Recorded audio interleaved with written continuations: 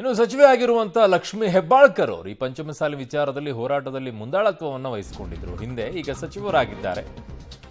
ಸಂವಿಧಾನ ಬಾಹಿರ ಅನ್ನುವಂತ ಮುಖ್ಯಮಂತ್ರಿಗಳ ಹೇಳಿಕೆಯ ವಿಚಾರಕ್ಕೆ ಸಂಬಂಧಪಟ್ಟಂತೆ ಪ್ರತಿಕ್ರಿಯೆಯನ್ನ ಕೊಟ್ಟಿದ್ದಾರೆ. ಏನ್ ಹೇಳಿದ್ದಾರೆ ಈ ಸಚಿವೆ? ಹಿಂದಿನ ಬಿಜೆಪಿ ಸರ್ಕಾರ ಎಲ್ಲ ಗೊಂದಲ ಮಾಡಿಟ್ಟಿದೆ, 2B 2C ಅಂತ ಗೊಂದಲ ಮಾಡಿಟ್ಟಿದ್ದಾರೆ. ನಮ್ಮದು ಕಿತ್ತು ಅವರಿಗೆ, ಅವರದ್ದು ಕಿತ್ತು ಇನ್ನೊಬ್ಬರಿಗೆ ಎಂಬಂತೆ ಗೊಂದಲ ಮಾಡಿದ್ದಾರೆ. ಇನ್ನೇನಿದ್ದರೂ ಕೂಡ ಸುಪ್ರೀಂ ಕೋರ್ಟ್ನಲ್ಲಿ ತೀರ್ಮಾನ ಆಗಬೇಕು. ಪಬ್ಲಿಕ್ ಟಿವಿಗೆ ಸಚಿವ ಲಕ್ಷ್ಮಿ ಹೆಬ್ಬಾಳ್ಕರ್ ಹೇಳಿಕೆಯನ್ನ ಕೊಟ್ಟಿದ್ದಾರೆ. ಪಂಚಮಸಾಲಿ ಹೋರಾಟದ ವಿಚಾರಕ್ಕೆ ಸಂಬಂಧಪಟ್ಟಂತೆ ಇವತ್ತು ಮುಖ್ಯಮಂತ್ರಿಗಳು ಕೌನ್ಸಿಲ್ ಅಲ್ಲಿ ಉತ್ತರ ಕೊಡುವಂತ ಸಂದರ್ಭದಲ್ಲಿ ಎಲ್ಲೊಂದ್ ಕಡೆ ಸಂವಿಧಾನಬದ್ಧವಾಗಿ ಕೊಡ್ಲಿಕ್ಕೆ ಬರಲ್ಲ ಅನ್ನುವಂತ ಮಾತಾಡಿ ಇದ್ರ ಬಗ್ಗೆ ಮಾತಾಡಲಿಕ್ಕೆ ಸಚಿವರಾಗಿರ್ತಕ್ಕ ಲಕ್ಷ್ಮಿ ಹೆಬ್ಬಾಳ್ಕರ್ ನಮ್ಮ ಜೊತೆ ಇದ್ದಾರೆ. ಮೇಡಮ್, ಇವತ್ತು ಮುಖ್ಯಮಂತ್ರಿಗಳು ಡಿಕ್ಲೇರ್ ಮಾಡ್ತಾರೆ, ಅಂದ್ರೆ ಸಂವಿಧಾನಬದ್ಧವಾಗಿ ಆ ಬೇಡಿಕೆಯನ್ನು ಈಡೇರಿಸಲಿಕ್ಕೆ ಸಾಧ್ಯ ಇಲ್ಲ, ಯಾಕಂತ ಹೋರಾಟದ ಭಾಗವಾಗಿದ್ರಿ. ನೋಡಿ, ಸರ್ಕಾರದ ಕೈಯನ್ನ ಕಟ್ ಹಾಕಿದ್ದಾರೆ. ಹೋದ ಬಾರಿ ಏನು 2D 2C ಮಾಡ್ತೀನಿ ಅಂತ ಏನು ಮಾನ್ಯ ಆವತ್ತಿನ ಮುಖ್ಯಮಂತ್ರಿಗಳಾದಂಥ ಬೊಮ್ಮಾಯಿ ಅವರು ಏನು ನಮಗೆ ಇವಾಗ 2D ಕೊಡ್ತೀವಿ 2C ಕೊಡ್ತೀವಿ ಅಂತ ಏನು ಮಾಡಿದ್ರು.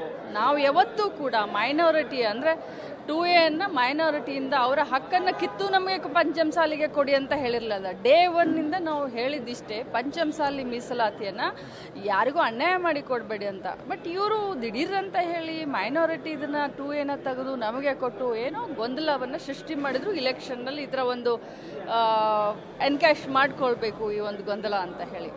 ಆದರೆ ಅವರೇ 2D 2C ಅಂತ ಅನೌನ್ಸ್ ಮಾಡಿ ಇಮಿಡಿಯೇಟ್ ಆಗಿ ಸುಪ್ರೀಂ ಕೋರ್ಟ್ಗೆ, ಸರ್ವೋಚ್ಚ ನ್ಯಾಯಾಲಯಕ್ಕೆ ಅಂಡರ್ಟೇಕಿಂಗ್ ಕೊಟ್ಟಿದ್ದಾರೆ. ಏನಂತ, ನಾವು ಸ್ಟೇಟಸ್ಕೋ ನಾವು ಮೇಂಟೈನ್ ಮಾಡ್ತೀವಿ, ಅದನ್ನು ನಾವು ವಾಪಸ್ ತಗೊಳ್ತೀವಿ ಅಂತ ಹೇಳಿ ಭಾಳಷ್ಟು ಗೊಂದಲ ಕ್ರಿಯೇಟ್ ಮಾಡಿ ಹೋಗಿದ್ದಾರೆ. ಇವತ್ತಿನ ಸರ್ಕಾರಗಳ ಕೈಯನ್ನು ಕಟ್ಟಿ ಹಾಕಿ ಹೋಗುವಂಥ ಕೆಲಸವನ್ನು ಮಾನ್ಯ ಅವತ್ತಿನ ಮುಖ್ಯಮಂತ್ರಿಗಳು ಮಾಡಿದ್ದಾರೆ. ಸರ್, ಅದಕ್ಕೀಗ ಮುಖ್ಯಮಂತ್ರಿಗಳು ಅಧಿಕೃತವಾಗಿ ಹೇಳಿಬಿಟ್ರು, ಅಂದ್ರೆ ಸಾಧ್ಯನೇ ಇಲ್ಲ ಅನ್ನುವಂಥದ್ದು. ಅಂದ್ರೆ ಹೋರಾಟ ಏನಾಗುತ್ತೆ? ನೋಡಿ, ಹೋರಾಟದ ಪ್ರಶ್ನೆ ಈಗ ಬರೋದಿಲ್ಲ. ಈಗ ನಮ್ಮ ಮುಂದೆ ಇರುವಂಥದ್ದು ಏನು ಮಾನ್ಯ ಮುಖ್ಯಮಂತ್ರಿಗಳು ಹೇಳಿದ್ದಾರೆ ಅದು ನಮ್ಮ ಕೈಯಲ್ಲಿಂದ ಮುಂದೆ ಹೋಗ್ಬಿಟ್ಟಿದೆ. ಯಾಕಂದರೆ ಈಗ ಸುಪ್ರೀಂ ಕೋರ್ಟ್ ಹಂತದಲ್ಲಿ ಈ ಕೇಸ್ ನಡೀತಾ ಇರುವಂಥದ್ರಲ್ಲಿ ಈ ಹೋರಾಟದ ದಿಕ್ಕು ದೆಸೆ ಏನಾಗುತ್ತೆ ಅನ್ನೋದು ಎಲ್ಲರೂ ಕನ್ಫ್ಯೂಷನ್ನಲ್ಲಿದೆ. ಯಾಕಂದರೆ ಸುಪ್ರೀಂ ಕೋರ್ಟ್ನಲ್ಲಿ ನಮ್ಮ ಕೈ ಕಟ್ಟಾಕಿದ್ದಾರೆ BJP ಸರ್ಕಾರದವರು. 2D 2C ಮಾಡಿಬಿಟ್ಟು ಗೊಂದಲ ಸೃಷ್ಟಿ ಮಾಡಿ ಅಂಡರ್ಟೇಕಿಂಗ್ ಕೊಟ್ಟಂಗೂ ಮಾಡಿದ್ರು, ಈ ಕಡೆ ಕಸ್ಕೊಂಡಂಗೂ ಮಾಡಿದ್ರು, ಬೇರೆ ಸಮಾಜಕ್ಕೆ ಅನ್ಯಾಯನೂ ಮಾಡೋ ಹಾಗೆ ಮಾಡಿದ್ರು. ಸೊ ಸಂಪೂರ್ಣವಾಗಿ ಗೊಂದಲವನ್ನು ಮಾಡಿಟ್ಟಿದ್ದಾರೆ. ಓಕೆ, ಇದು ಸಚಿವರಾಗಿರ್ತಕ್ಕಂಥ ಲಕ್ಷ್ಮಿ ಹೆಬ್ಬಾಳ್ಕರ್ ಅವರ ಮಾತು. ಅಂದ್ರೆ ಸಂಪೂರ್ಣವಾಗಿ ಗೊಂದಲಮಯವಾಗಿದೆ ಕಳೆದ ಸರ್ಕಾರ ಮಾಡಿರುವಂಥದ್ದು, ಅದರಿಂದ ಇದೆಲ್ಲ ಆಗಿರುವಂಥದ್ದು. ಇವತ್ತು ಮುಖ್ಯಮಂತ್ರಿಗಳು ಏನು ಹೇಳಿದ್ರು ಕೂಡ ಎಲ್ಲವೂ ಸುಪ್ರೀಂ ಕೋರ್ಟ್ ಅಲ್ಲಿ ತೀರ್ಮಾನ ಆಗಬೇಕು ಅನ್ನುವಂಥದ್ದು ಸಚಿವರ ಮಾತು. ಕ್ಯಾಮರಾ ಪರ್ಸನ್ ಗಣೇಶ್ ಜೊತೆ ಸುಕೇಶ್, ಪಬ್ಲಿಕ್ ಟಿವಿ, ಬೆಳಗಾವಿ.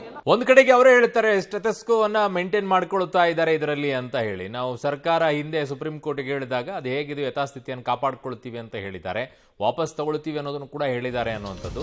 ಹಾಗಿದ್ದಾಗ ಈಗ ಬದಲಾವಣೆ ಮಾಡ್ಕೊಳ್ಳೋಕೆ ಅವಕಾಶ ಯಾಕಿಲ್ಲ?